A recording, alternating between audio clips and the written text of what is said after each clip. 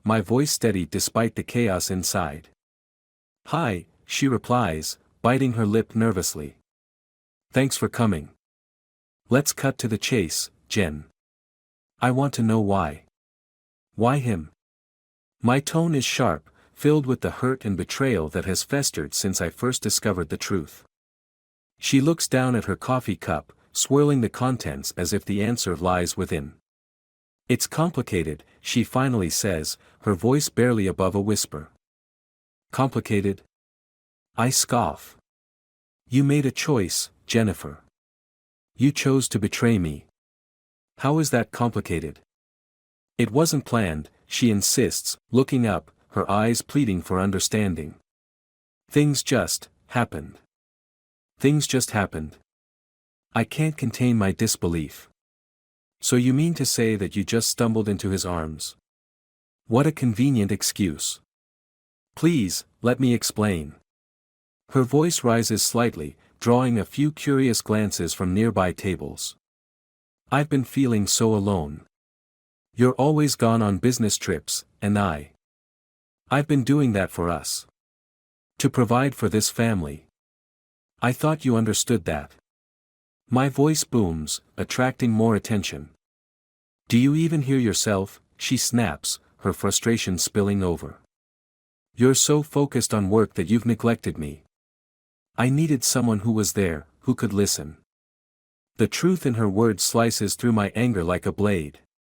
The late nights, the missed anniversaries, the feeling of being more like roommates than partners, it all comes flooding back. But it doesn't justify her actions. "You think I don't care?" I shoot back, voice low and trembling with rage. "You think I wanted to be away from you? You're my wife." "I don't know who I am anymore," she confesses, her voice cracking. "I didn't mean to hurt you. I just... Don't give me excuses. You can't just throw our life away because you felt lonely." I take a deep breath, trying to rein in my emotions. "Do you love him?" Her eyes widen, a mix of shock and guilt. "No, I didn't mean for it to go that far. It was just physical. I swear. Just physical. You think that makes it better?" My heart races, the betrayal fresh and raw. "Do you understand what you've done?" Jennifer glances around, her face flushed. "I know, okay. I messed up. But I want to fix this. I want us to work things out." "Work things out? After everything?" I shake my head, the anger boiling to the surface again. "You think I can just forget? Trust doesn't come back so easily." She leans forward, desperation etched on her face. "What do you want from me? I'll do anything to make it right. Just tell me. Anything." I challenge, raising an eyebrow. "How about this, you end things with Michael. Cut all ties.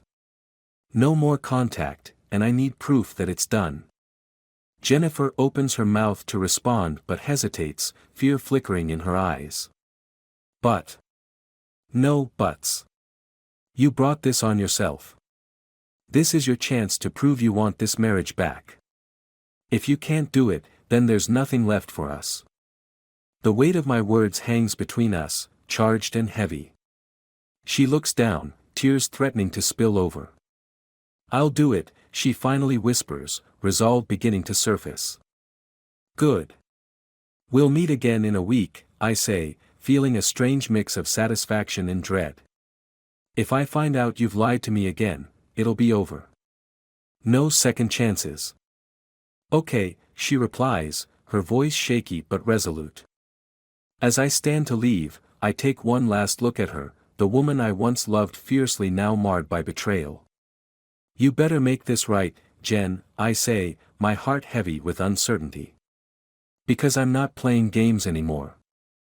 Driving home, the gravity of the situation weighs on me. I know I've given her a chance, but doubt creeps in, a gnawing fear that she may not follow through.